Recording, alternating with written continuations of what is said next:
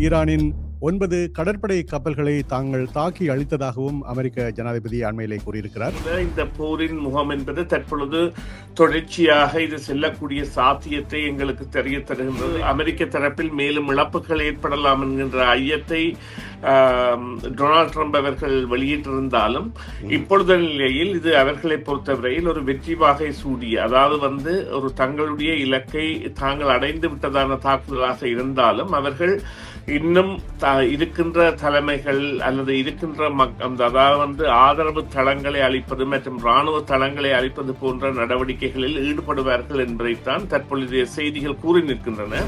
Donald Trump அறிவித்திருக்கிறார். அமெரிக்க தரப்பிலே 3 வீரர்கள் கொல்லப்பட்டதாகவும் 5 பேர் கடுமையான காயங்களுக்கு உள்ளானதாகவும் தெரிவித்திருக்கிறார். ஈரானிய தலைவருக்கு சவுதியின் மன்னர் அவர்கள் ஒரு உறுதிமொழியை அளித்திருந்தார். தங்களுடைய வானிலையோ அல்லது தங்களுடைய பிரதேசங்களை இந்த போருக்கு பாவிக்க தாங்கள் ஒரு ஒத்துழைப்பை கொடுக்க மாட்டோம் என்று.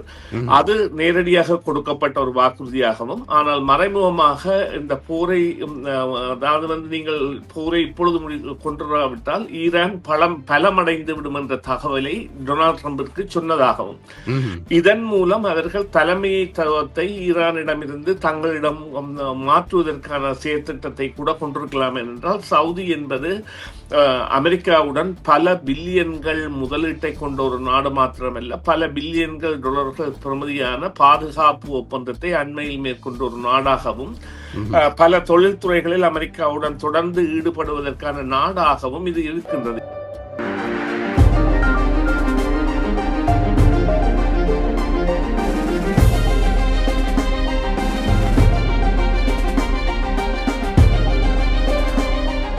நேர்கள் சிஎம்ஆர் தமிழ் FM கேட்டுக்கொண்டிருக்கிறீர்கள். ஈரான் மீது அமெரிக்கா மற்றும் இஸ்ரேல் ஆகியன இணைந்து ஒரு கூட்டான தாக்குதலை மேற்கொண்டிருக்கிறது. இது பற்றிய மேலதிக விவரங்களோடு எங்கள் ஆய்வாளர் சுரேஷ் தர்மா அவர்களை சந்திக்கலாம். வணக்கம் சுரேஷ். வணக்கம் கலைரூபன். வணக்கம் நேர்களே. இந்த தாக்குதல் தொடர்ந்து கொண்டிருக்கிறது. பல இழப்புகளை 2 தரப்பும் சந்தித்திருக்கிறது. அண்மையிலே டொனால்ட் ட்ரம்ப் அறிவித்திருக்கிறார். அமெரிக்க தரப்பிலே 3 வீரர்கள் கொல்லப்பட்டதாகவும் 5 பேர் கடுமையான காயங்களுக்கு உள்ளானதாகவும் தெரிவித்திருக்கிறார். அதுபோன்று இஸ்ரேல் தரப்பிலே பலத்த இழப்புகளும் ஏற்பட்டிருக்கின்றன. 9 பேர் கொல்லப்பட்டதாக இஸ்ரேல் அதிகாரப்பூர்வமாக அறிவித்திருக்கிறது. 2 தரப்புகளிலும் பலத்த இழப்புகள் ஏற்பட்டிருக்கின்றன. அமெரிக்க தரப்பிலே 3 பேர் கொல்லப்பட்டதாகவும் 5 பேர் கடுமையான காயங்களுக்கு உள்ளானதாகவும் டொனால்ட் ட்ரம்ப் தெரிவித்திருக்கிறார். அதுபோன்று ஈரானின் 9 கடற்படை கப்பல்களை தாங்கள் தாக்கி அழித்ததாகவும் அமெரிக்க ஜனாதிபதி அண்மையிலே கூறியிருக்கிறார். சரி, இந்த தாக்குதல் எவ்வாறு செல்ல போகிறது? இது சோசியல் மீடியாக்களிலே விதவிதமான செய்திகள் வந்து கொண்டிருக்கின்றன. அதிலே சில செய்திகளை நாங்கள் நம்பக்கூடியதாகவும் இருக்கிறது, சில செய்திகளை நாங்கள் தவிர்க்க வேண்டியதாகவும் இருக்கிறது. எவ்வாறு இந்த செய்திகளை நாங்கள் எடுத்துக்கொள்வதாக இருக்கும்? இல்லை, நிச்சயமாக நீங்கள் குறிப்பிட்டது போல இந்த போரின் முகம் என்பது தற்பொழுது தொடர்ச்சியாக இது செல்லக்கூடிய சாத்தியத்தை எங்களுக்கு தெரிய தருகின்றது. இன்றைய தினம் பகல் நேர தாக்குதல்கள் என்பதை அமெரிக்க தரப்பு என்பது பலமாக செய்திருந்தது. உண்மையிலேயே நீங்கள் குறிப்பிட்டது போன்று அமெரிக்க தரப்பில் மேலும் இழப்புகள் ஏற்படலாம் என்கின்ற ஐயத்தை டொனால்ட் ட்ரம்ப் அவர்கள் வெளியிட்டிருந்தாலும் இப்பொழுது நிலையில் இது அவர்களை பொறுத்தவரையில் ஒரு வெற்றி வாகை சூடிய, அதாவது ஒரு தங்களுடைய இலக்கை தாங்கள் அடைந்து விட்டதான தாக்குதலாக இருந்தாலும் அவர்கள் இன்னும் இருக்கின்ற தலைமைகள் அல்லது இருக்கின்ற அதாவது ஆதரவு தளங்களை அளிப்பது மற்றும் இராணுவ தளங்களை அளிப்பது போன்ற நடவடிக்கைகளில் ஈடுபடுவார்கள் என்பதைத்தான் தற்பொழுதைய செய்திகள் கூறி நிற்கின்றன. அதிலும் நீங்கள் குறிப்பிட்டது போல உண்மை, இந்த சமூக வலைத்தளங்கள், குறிப்பாக இந்த ஃபேஸ்புக் மற்றும் எக்ஸ் தளம் எனப்படுகின்ற ட்விட்டர், இன்ஸ்டாகிராம், இந்த யூடியூப், டிக்டாக் போன்றவற்றின் செயற்பாடுகள் பல செய்திகளையும் அதிலும் இந்த ஏஐ தொழில்நுட்பத்தை பயன்படுத்தி கூட தங்களுடைய ஆதரவை அல்லது தங்களுடைய செய்தியை பார்வையிட்டவர்களின் எண்ணிக்கையை அதிகரிப்பதற்கான நடவடிக்கைகள் கூட அதிகரிக்க செய்கின்ற வகையில் இடம்பெற்றாலும் பல நாடுகளும் தற்பொழுது அதனை கட்டுப்படுத்துகின்ற செயற்பாடுகளில் அல்லது மத்திய கிழக்கிலிருந்து அவ்வாறான தகவல்கள் செல்வதை தவிர்ப்பதான செயற்பாடுகளில் ஈடுபட்டிருக்கின்றன. குறிப்பாக இப்பொழுது ஒரு ஏவுகணை தாக்குதலாக அல்லது ஒரு குண்டு இந்த ட்ரோன், அதாவது ஆளில்லா விமான தாக்குதலாக இருக்கட்டும், அல்லது ராணுவ உபகரணங்களின் நகர்வுகள், அல்லது ராணுவ தங்களுடைய நாட்டில் இடம்பெறுகின்ற தாக்குதல்கள். இப்பொழுது இந்த சோசியல் மீடியா என்பது இரண்டு விதமான தகவல்களை தெரிவிக்கின்றது. எங்களுக்கு தெரியாத ஒரு உலகத்தை உடனடியாக காட்டுகின்றது. அது ஒரு உண்மையான வரவேற்கத்தக்க நிலை. மறுபக்கமாக சில வேளைகளில் அந்த நாடுகளின் பாதுகாப்புகள் அல்லது தேவையற்ற பயம் என்பவற்றை மக்களிடையே ஏற்படுத்துகின்ற தன்மையையும் ஏற்படுத்துகின்றது. அந்த வகையில் அதே போல இந்த வான்வழி பாதுகாப்பு தொடர்பான விவகாரங்கள் மற்றும் தங்களுடைய கட்டிடங்களுக்கு இப்பொழுது இந்த குறிப்பாக இப்ப சார்ஜியா மற்றும் துபாய் மீதான தாக்குதல்களில் அல் கஃபிஃபா போன்றவை தாக்கப்பட்டதான அல்லது அது போன்ற செய்திகள் எல்லாம் அவர்களுடைய எதிர்கால வருமானங்களை பாதிக்கக்கூடிய செயல்களில் பெரிய ஆதிக்கம் செலுத்தும் என்கின்ற காரணத்தால் இது தொடர்பான, அதாவது அதைவிட கோரமான படங்கள், கோரமான அல்லது அந்த படங்கள் என்பது காயங்கள் மற்றும் இரத்த போன்ற படங்கள், அல்லது இந்த இறந்தவர்களின் உடல்கள், சிதையுண்ட உடல்கள், அல்லது இந்த போரை உற்சாகப்படுத்துகின்ற பிரச்சாரங்கள் போன்றவற்றை எல்லாம் தடுப்பதற்காகவும், மற்றது பொய் செய்திகளின் பரம்பலை தடுப்பதற்காகவும் இவ்வாறான நிலைகள் நடைபெறுகின்ற பொழுதும் இதற்கான தற்காலிக சில அவசர கால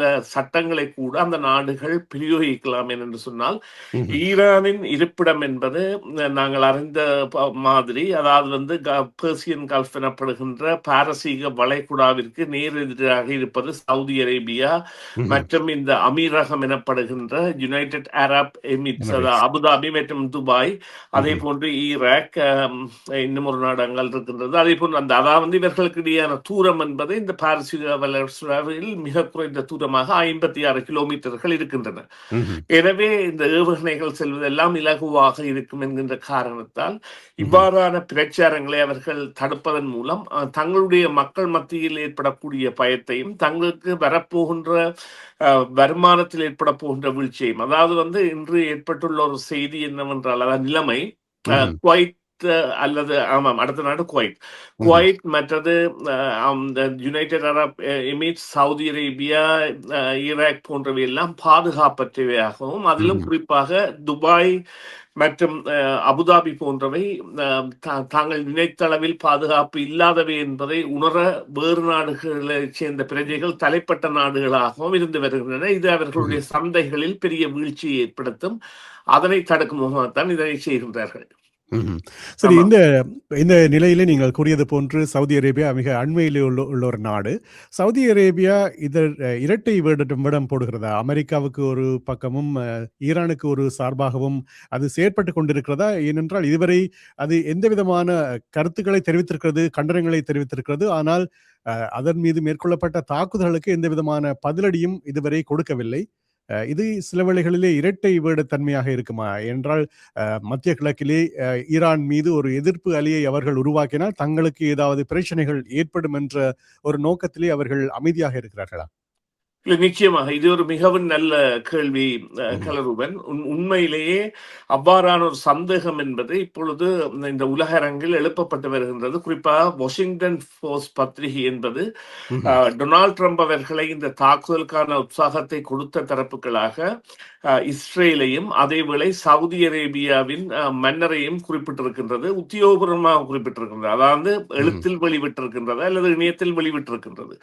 அவ்வாறு வெளிவிடுவதற்கான காரணமாக அது எடுத்துக்கொண்ட அந்த விடயம் என்னவென்று சொன்னால், இவர்கள் உண்மையிலேயே ஈரானிய தலைவருக்கு சவுதியின் மன்னர் அவர்கள் ஒரு உறுதிமொழியை அளித்திருந்தார். தங்களுடைய வானிலையோ அல்லது தங்களுடைய பிரதேசங்களை இந்த போருக்கு பாவிக்க தாங்கள் ஒரு ஒத்துழைப்பை கொடுக்க மாட்டோம் என்று.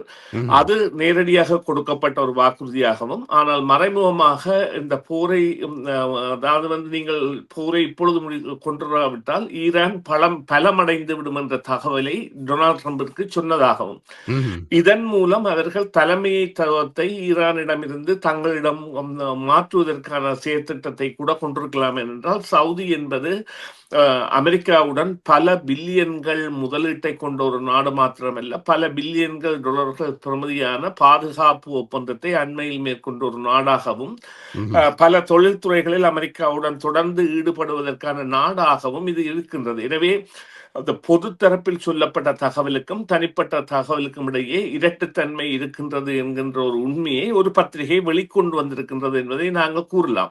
ம்ஹும். உண்மையிலேயே அவ்வாறு அந்த இரட்டைத்தன்மை இருக்குமானால் இதன் காரணம் ஈரானின் பலத்தை இல்லாமல் செய்தல் மற்றும் தங்களுடைய அந்த அந்த அந்த கல்ஃப் வளைகுடாவின் தலைமைத்துவத்தை தாங்கள் ஏற்றல் அல்லது ஈரானுடனான எந்த ஒரு போரையும் தாங்கள் எந்த காலத்திலும் எதிர்கொள்ளாமல் இருத்தல் என்றால் நாங்கள் கூறியது போல வளைகுடாவே எதிரெதிர் நாடுகளாக உள்ள நாடுகள். ம்ஹும். இந்த நாடுகளில் இவ்வாறான ஒரு நிலைமை அவ்வாறு ஏற்படாமல் இருப்பதற்காக அவர்கள் இவ்வாறு செய்திருக்கலாம். ஆனால் அவ்வாறு அவர்கள் செய்திருப்பார்களாக இருந்தால் அதன் பாதிப்பு என்பது சவுதி அரேபியாவிற்கு நிச்சயமாக இருக்கும். ஏனென்று சொன்னால் அது ஒரு மத போராக மாறக்கூடிய அல்லது மத வழிபாடுகளை கொண்ட மக்களை அந்த அதீத நம்பிக்கை மக்கள் உள்ள மக்கள் தாங்களாகவே சில வேளைகளில் சவுதி அரேபியாவிற்கு எதிரான நடவடிக்கைகளில் ஈடுபட அவர்களை வழிவகுக்கலாம்.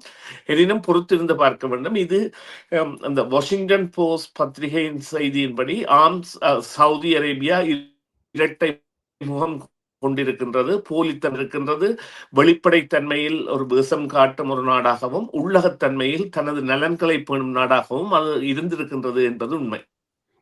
சரி, நாங்கள் இந்த ஆயதல்லா அல் கமைனி அவர்களின் மறைவுக்கு பின்பாடு நேற்று நாங்கள் பேசிக்கொண்டோம். இந்த புலம்பெயர்ந்த நாடுகள் வேறு நாடுகளிலே வந்து புலம்பெயர்ந்திருக்கும் ஈரானியர்கள் அல்லது வேறு இஸ்லாமிய மதத்தை சேர்ந்தவர்களால் தாக்குதல்கள் ஏதாவது மேற்கொள்ளப்படலாம் என்ற ஒரு அச்சத்தை வெளியிட்டிருந்தோம். அமெரிக்காவிலே ஒரு தாக்குதல் மேற்கொள்ளப்பட்டிருக்கிறது. அதுபோன்று கனடாவிலே தோன்கில் பகுதியிலே ஒரு கடையின் மீது துப்பாக்கி பிரயோகம் மேற்கொள்ளப்பட்டிருக்கிறது. இது வந்து அந்த கடையிலே மன்னரின் கொடி, மன்னரின் ஈரானிய அரசாங்கத்திற்கு எதிரான ஒருவருடைய கடையின் மீதுதான் இந்த துப்பாக்கி தாக்குதல் மேற்கொள்ளப்பட்டிருக்கிறது. இவ்வாறான தாக்குதல்கள் மற்ற நாடுகளிலேயும் ஏற்படக்கூடிய வாய்ப்புகள் நிறைவே இருக்கின்றனவா? இல்லை, அதை அவர்கள் கட்டுப்படுத்துவார்கள் என்றால் இந்த புலம்பெயர்ந்த ஈரானியர்களிடையே இந்த மதசார்பான அரசிற்கு ஆதரவானவர்கள் என்பவர்கள் மிகவும் குறைவாக இருக்கின்ற நிலைமை இப்பொழுது இருக்கின்றது. ஆனால் இந்த முன்னாள் சிஐயின் ஒரு தலைமை அதிகாரி ஒரு எச்சரிக்கையை விடுத்திருக்கின்றார். மேற்குலகில் இனி ஈரான் பலரையும் தனது முகவர்களாக பாவிக்கின்ற சந்தர்ப்பத்தை இந்த அமெரிக்க தாக்குதலை ஏற்படுத்தி விட்டது என்று. அமெரிக்கா அதாவது வந்து அதே வேளை இவ்வாறு கூறலாம், ஒரு நெத்தன்யாகுவின் சொல்லை கேட்டு நடக்கின்ற ட்ரம்பின் இந்த தாக்குதல் என்பது மேற்குலகில் இனிவரும் காலங்களில் பதட்டங்களை உருவாக்கக்கூடிய ஈரானிய ஹப் எனப்படுகின்ற ஒரு சிறு சிறு குழுக்களை அமைக்கலாம் என்பது உண்மை. ஆனால் தற்போதைய நிலையில் நீங்கள் பார்ப்பீர்களானால் இந்த தாக்குதல் கடந்த சனிக்கிழமை அல்லது அதற்கு முந்தைய சனிக்கிழமை கூட டொரண்டோவில் ஒரு மாபெரும் ஆர்ப்பாட்டம் இடம்பெற்றதும் அதில் பல லிபரல் அமைச்சர்கள் கலந்து கொண்டதும் அங்கே ஒரு மாற்றம் தேவை என்பது அடையாளப்படுத்தப்பட்டு அந்த ஆர்ப்பாட்டம் என்பது நடைபெற்றது. இந்த இவ்வாறான ஒரு ஆர்ப்பாட்டம் டொரண்டோவில் இதுவரை நடைபெறவில்லை போன்ற சந்தர்ப்பங்கள் இருக்கின்றன. ஆனால் உள்ளிருந்து எரியும் பகையென இந்த மத சார்பான நபர்கள் அவ்வாறான நடவடிக்கைகளில் ஈடுபடுவார்கள். ஆனால் அதனை கட்டுப்படுத்துகின்ற சக்திகளாக இந்த மேற்குலக நாடுகளும் தங்களுடைய பாதுகாப்பு வலையமைப்பை பின்னும் இப்பொழுதுள்ள ஈரானின் தேவை என்பது அடுத்த தலைமுறைக்கான தலைவரை தெரிவு செய்து அவர் எந்த பாதையில் பயணிக்கப் போகிறாரோ அதே பாதையில் செல்வது. ஏனென்றால் இது பல பத்தாண்டுகளாக தொடர்கின்ற போர். இங்கே நாங்கள் ஒரு விடயத்தை சாதாரணமாக கடந்து சென்று விட முடியாது. உங்களுடைய கேள்விக்கான இறுதி பதிலாக கூடாது இருக்கலாம். இந்த டொனால்ட் ட்ரம்ப் அவர்கள் 2019 ஆண்டு ஆட்சிக்கு வந்து சிறிது காலத்தில் சொல்லிய ஒரு விடயம் என்னவென்று சொன்னால், நாங்கள் மத்திய கிழக்கில் 6 ட்ரில்லியன் என்பது 6000 பில்லியன்கள் அல்லது 6 லட்சம் மில்லியன் டாலர்களை நாங்கள் வீணடித்து விட்டோம். பல இராணுவ வீரர்களையும் பல அமெரிக்கர்களையும் பலப்படுத்தி விட்டோம். மற்ற தரப்பாக மத்திய கிழக்கில் பல ஆயிரக்கணக்கான மக்கள் கொல்லப்பட்டிருக்கின்றார்கள். எனவே மத்திய கிழக்கில் போரிடுவது என்பது ஒரு தேவையற்ற விடயம் என்று சொல்லியிருந்தார். இப்பொழுது 7 வருடம் கழித்து அவரே அங்கே தனது காலை வைக்கின்றார். இது சில வேளைகளில் விதிகளை மாற்றி எழுதும். அதே நேரத்தில் இன்னும் ஒரு செய்தி ஒன்று உலாவிக் கொண்டிருக்கிறது. ஈரானின் புதிய தலைமை தன்னை பேச்சுவார்த்தைக்கு அழைத்ததாகவும் தான் அதற்கு சம்மதம் தெரிவித்திருப்பதாகவும் அமெரிக்க ஜனாதிபதி டொனால்ட் ட்ரம்ப் தெரிவித்திருக்கிறார். அவ்வாறான ஒரு பேச்சுவார்த்தை ஏற்படும் பட்சத்திலே இந்த இழப்பு என்பது ஈரானின் ஆன்மீக தலைவர், அது உச்ச தலைவர் கொல்லப்பட்டிருக்கிறார். பல இழப்புகள் அங்கே ஏற்பட்டிருக்கின்றன. அதற்கு பிறகு பேச்சுவார்த்தைக்கு வந்து இவர்கள் ஒரு சுமூகமான தீர்வுக்கு சென்றால் இவ்வளவு நாளும் அவர்கள் பேச்சுவார்த்தையின் போது ஏன் அந்த விடயத்தை கொண்டு வரவில்லை என்ற ஒரு கேள்வி எழாதா? இது காலம் வாங்குவதற்கான தேவை. ஈரானுக்கு தற்பொழுது காலத்தை வாங்குவதற்கான தேவை இருக்கிறது. அமெரிக்காவிற்கு முதல் காலத்தை வாங்குவதற்கான தேவை இருந்தது. எனவே அவர்கள் காலத்தை வாங்குவதற்கான கபட நாடகமாக 2 நாடுகளும் இவ்வாறாக சொல்லலாம். அதைவிட தலைமைகளிடமிருந்து நேரடியாக அழைப்பு சென்றதா அல்லது தரகர்களினூடாக சென்றதா என்கின்றது முக்கியமான கேள்வி.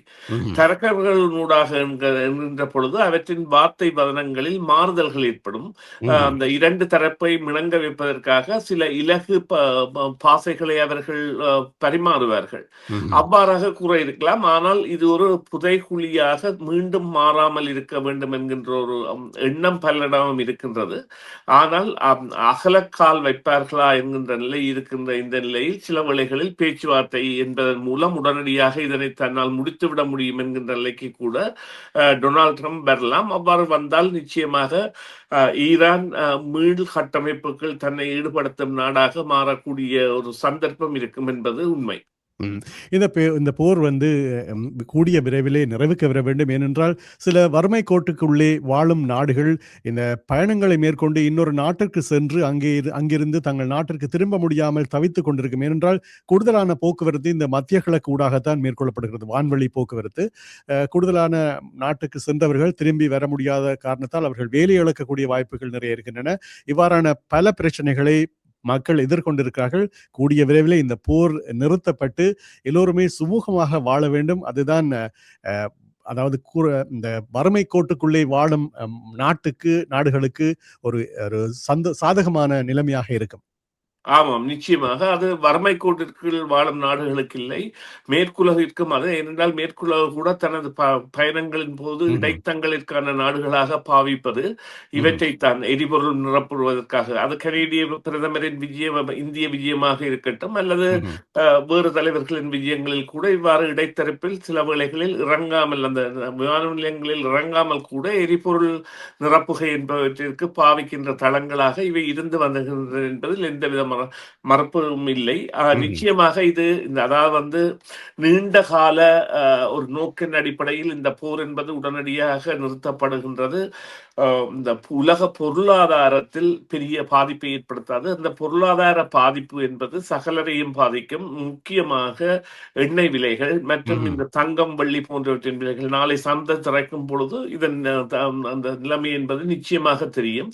அத்துடன் போக்குவரத்து தொடர்பான நிலைகள், அதாவது கல்ஃப் இந்த கடற்பரப்பு, செங்கடற்பரப்போ அல்லது பெர்ஷியன் பாரசீக வளைகுடா பகுதியோ பயன்படுத்தப்படாமல் பயணிப்பது என்பது 8 நாட்களில் இருந்து 11 நாட்கள் பயணப்பாதையை அதிகரிக்கும். அது ஐரோப்பியர்களுக்கும் வட அமெரிக்கர்களுக்கும் பெரிய சுமையை ஏற்படுத்தும்.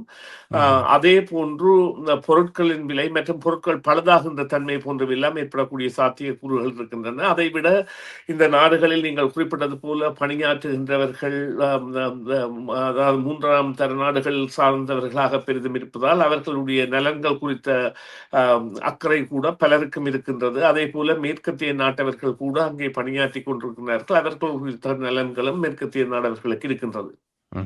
சரி, பொறுத்திருந்து பார்ப்போம். எதிர்வரும் நாட்களிலே தெரியும் இந்த போர் அரங்கம் எவ்வாறு மாற்றமடைய போகிறது என்பது. ஈரானின் பதிலடி எவ்வாறு இருக்கும், அதற்கு அமெரிக்கா மற்றும் இஸ்ரேலின் தாக்குதல்கள் எவ்வாறு தீவிரமடைய போகின்றன என்பது பற்றி நாங்கள் இனி பொறுத்திருந்து பார்க்கலாம். நன்றி சுரேஷ் தர்மா, இதுவரை நேரமும் கலந்து கொண்டு அந்த தகவல்களை எங்களோடு பகிர்ந்து கொண்டமைக்கு மீண்டும் மற்றொரு பொழுதிலே சந்தித்துக் கொள்ளலாம். நன்றி கலைரூபன். நன்றி நேயர்களே, மீண்டும் ஒரு பொழுதில் சந்திப்போம். டிவிஐ யூடியூப் சேனலில் இணைந்திருக்கும் நேர்கள் அனைவருக்கும் எமது நன்றி. எமது காணொளி தொகுப்புகளை தொடர்ந்து நீங்கள் பார்வையிடுவதற்கு கீழிருக்கின்ற பெல் பட்டனை அழுத்துவதனூடாக நோட்டிபிகேஷனில் பல காணொளி தொகுப்புகள் உடனுக்குடன் உங்களை வந்து சேரும். அருகில் இருக்கின்ற முக்கிய காணொளி தொகுப்புகளையும் பார்வையிட தவறாதீர்கள்.